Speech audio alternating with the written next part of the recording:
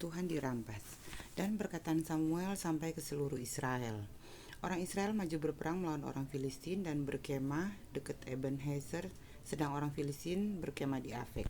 Orang Filistin mengatur barisannya berhadapan dengan orang Israel. Ketika pertempuran menghebat, terpukullah kala orang Israel oleh orang Filistin yang menewaskan kira-kira 4.000 orang di medan pertempuran itu. Ketika tentara itu kembali ke perkemahan, berkatalah para tua-tua Israel, "Mengapa Tuhan buat kita terpukul kala oleh orang Filistin? Pada hari ini, marilah kita mengambil dari Silo tabut perjanjian Tuhan, supaya ia datang ke tengah-tengah kita dan melepaskan kita dari tangan musuh kita." Kemudian bangsa itu menyuruh orang ke Silo, lalu mereka mengangkat dari sana tabut perjanjian Tuhan semesta alam yang bersemayam di atas para kerub. Kedua anak Eli, Hofni dan Pinehas ada di sana dekat tabut perjanjian Allah itu. Segera sesudah tabut perjanjian Tuhan sampai ke perkemahan, bersoraklah seluruh orang Israel dengan nyaring sehingga bumi bergetar. Dan orang Filistin yang mendengar bunyi sorak itu berkata, "Apakah bunyi sorak yang nyaring di perkemahan orang Ibrani itu?" Ketika diketahui mereka bahwa tabut Tuhan telah sampai ke perkemahan itu, ketakutanlah orang Filistin, sebab kata mereka, "Allah mereka telah datang ke perkemahan itu," dan mereka berkata, "Celakalah kita, sebab seperti itu belum pernah terjadi dahulu. Celakalah kita, siapakah yang akan menolong kita dari tangan Allah yang maha dahsyat ini? Inilah juga Allah yang telah menghajar orang Mesir dengan berbagai-bagai tulah di padang gurun.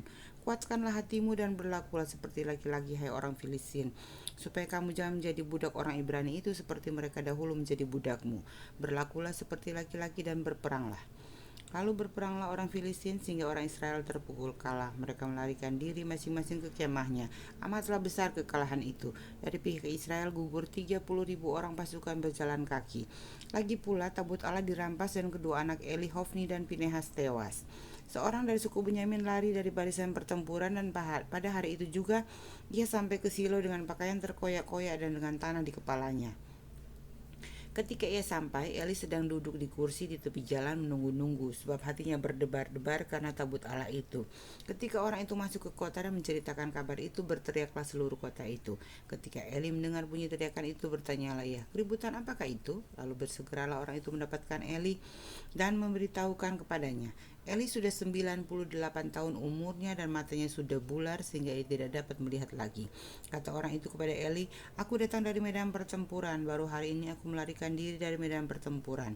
Kata Eli, "Bagaimana keadaannya anakku?"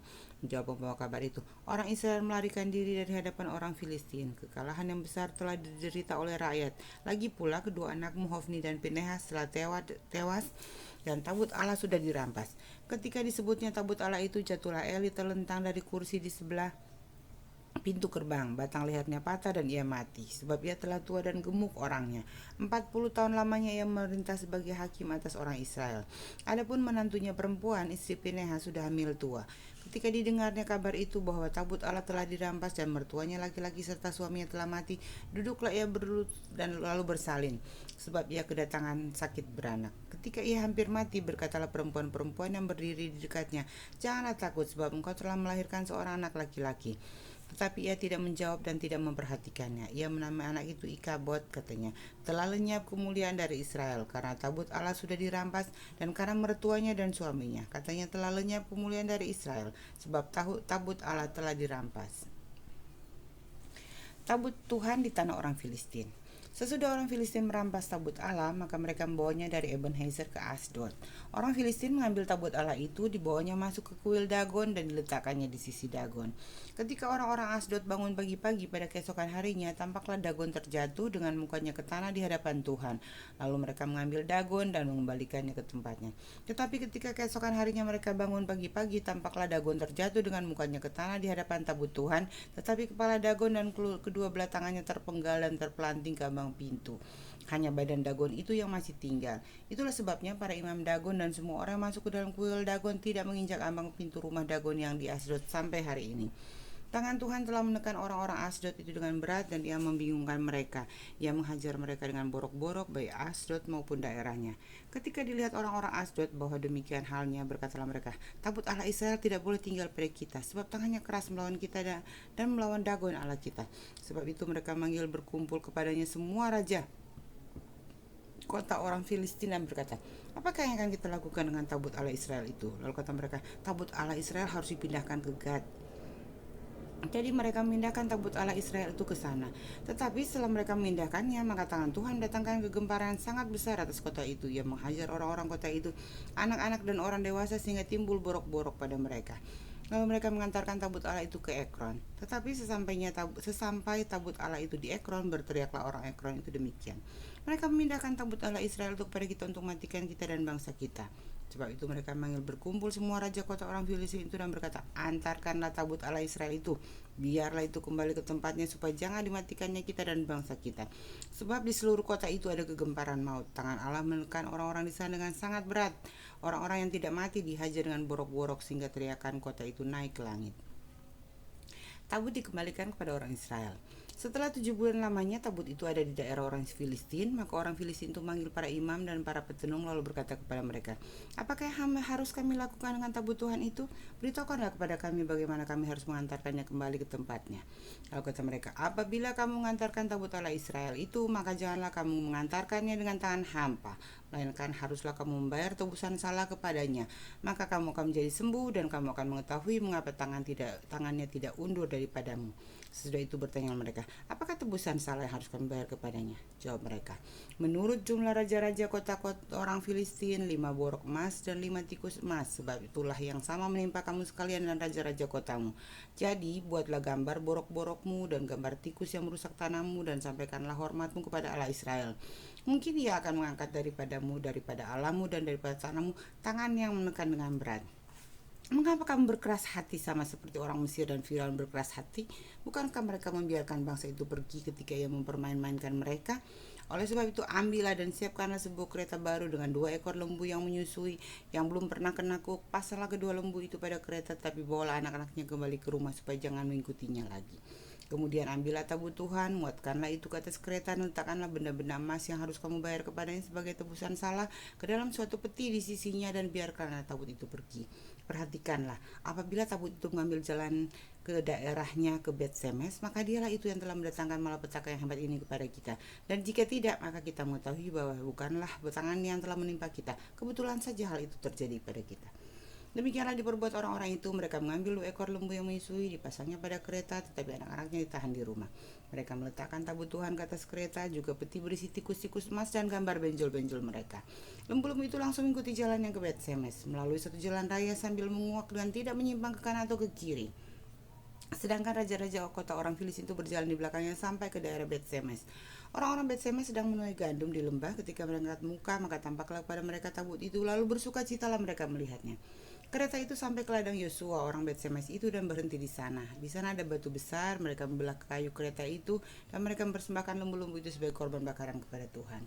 Orang-orang suku Lewi menurunkan tabut Tuhan dengan peti yang ada di sebelahnya, yang di dalamnya ada benda-benda emas itu, lalu menaruhnya di atas batu besar itu. Dan pada hari itu orang-orang Bet-Semes mempersembahkan korban bakaran dan korban sembelihan kepada Tuhan. Ketika kelima raja kota orang Filistin melihat hal itu, pulanglah mereka ke Ekron pada hari itu juga. Inilah benjol-benjol emas yang dibayar orang Filistin kepada Tuhan sebagai tebusan salah. Dari Asdod 1, dari Gaza 1, dari Askelon 1, dari Gad 1, dari Ekron 1. Lagi tikus-tikus emas menurut jumlah segala kota orang Filistin kepunyaan kelima raja kota itu. Baik kota-kota yang berkubu maupun dusun-dusun sekitarnya dan batu besar yang ada di atasnya diletakkan mereka tabut Tuhan di ladang Yosua. Orang Bet-Semes itu adalah saksi sampai hari ini. Dan dia membunuh beberapa orang Bet-Semes karena mereka melihat ke dalam tabut Tuhan. Ia membunuh 70 orang dari rakyat itu. Rakyat itu berkabung karena Tuhan telah menghajar mereka dengan dahsyatnya. Dan orang-orang Bet-Semes berkata, siapakah yang tahan berdiri di hadapan Tuhan Allah yang kudus ini? Kepada siapakah ia akan berangkat meninggalkan kita? Lalu mereka mengirim utusan kepada penduduk Kiryat Yearim dengan pesan, orang Filistin telah mengembalikan tabut Tuhan, datanglah dan angkutlah itu kepadamu. Lalu orang-orang Kiryat Yearim datang, mereka mengangkut tabut Tuhan itu dan membawanya ke dalam rumah Abinadab yang di atas bukit, dan Eleazar anaknya mereka kuduskan untuk menjaga tabut Tuhan itu. Orang Filistin terpukul kalah dekat Mizpah. Sejak saat tabut itu tinggal di Kiryat Yearim, berlalulah waktu yang cukup lama, yakni 20 tahun, dan seluruh kaum Israel mengeluh kepada Tuhan. Lalu berkatalah Samuel kepada seluruh kaum Israel demikian, jika kamu berbalik kepada Tuhan dengan segenap hati, maka jauhkanlah para Allah asing dan para Asitoret dari tengah-tengahmu dan tunjukkan hatimu kepada Tuhan dan beribadahlah hanya kepadanya. Maka ia akan melepaskan kamu dari tangan orang Filistin. Kemudian orang-orang Israel menjauhkan para Baal dan para Asitoret dan beribadah hanya kepada Tuhan. Lalu berkatalah Samuel, kumpulkanlah segenap orang Israel ke Mispa, maka aku akan berdoa untuk kamu kepada Tuhan. Setelah berkumpul di Mispa, mereka menimba air dan mencurahkannya di hadapan Tuhan. Mereka juga berpuasa pada hari itu dan berkata di sana, kami telah berdosa kepada Tuhan. Dan Samuel menghakimi orang Israel di Mispa. Ketika didengar orang Filistin bahwa orang Israel telah berkumpul di Mispa, majulah raja-raja kota orang Filistin mendatangi orang Israel. Serta didengar orang Israel demikian, maka ketakutanlah mereka terhadap orang Filistin. Lalu kata orang Israel kepada Samuel, janganlah berhenti berseru bagi kami kepada Tuhan Allah kita, supaya ia menyelamatkan kami dari tangan orang Filistin itu. Sesudah itu Samuel mengambil seekor anak domba yang menyusu, lalu mempersembahkan seluruhnya kepada Tuhan sebagai korban bakaran. Dan ketika Samuel berseru kepada Tuhan bagi orang Israel, maka Tuhan menjawab dia. Sedang Samuel mempersembahkan korban bakaran itu, majulah orang Filistin berperang melawan orang Israel. Tetapi pada hari itu Tuhan mengguntur dengan bunyi yang hebat ke atas orang Filistin dan mengacaukan mereka sehingga mereka terpukul kalah oleh orang Israel. Keluarlah orang-orang Israel dari Mispa mengejar orang Filistin itu dan memukul mereka kalah sampai ke hilir Betkar. Kemudian Samuel mengambil sebuah batu dan mendirikannya antara Mispa dan Yesana, yang namanya Ebenhezer. Katanya, sampai di sini Tuhan telah menolong kita.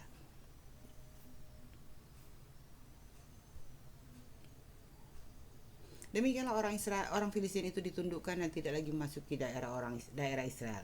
Tangan Tuhan melawan orang Filistin seumur hidup Samuel, dan kota-kota yang diambil orang Filistin daripada Israel kembali pula kepada Israel, mulai dari Ekron sampai Gad, dan orang Israel merebut daerah sekitarnya dari tangan orang Filistin.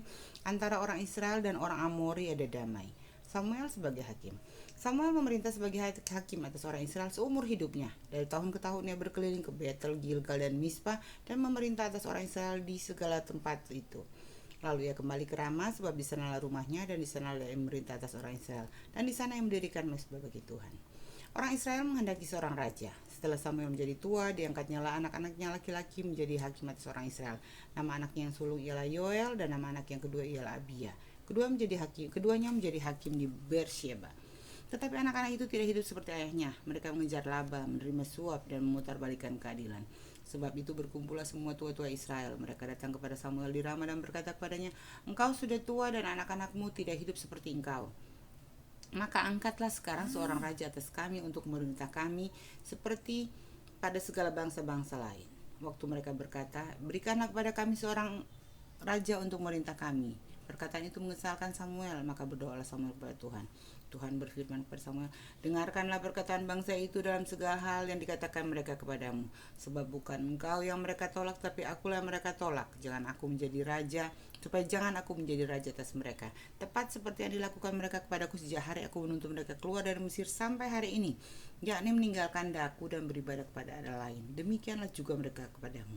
Oleh sebab itu dengarkanlah permintaan mereka. Hanya peringatkanlah mereka dengan sungguh-sungguh dan beritahukanlah kepada mereka apa yang menjadi hak raja yang akan memerintah mereka.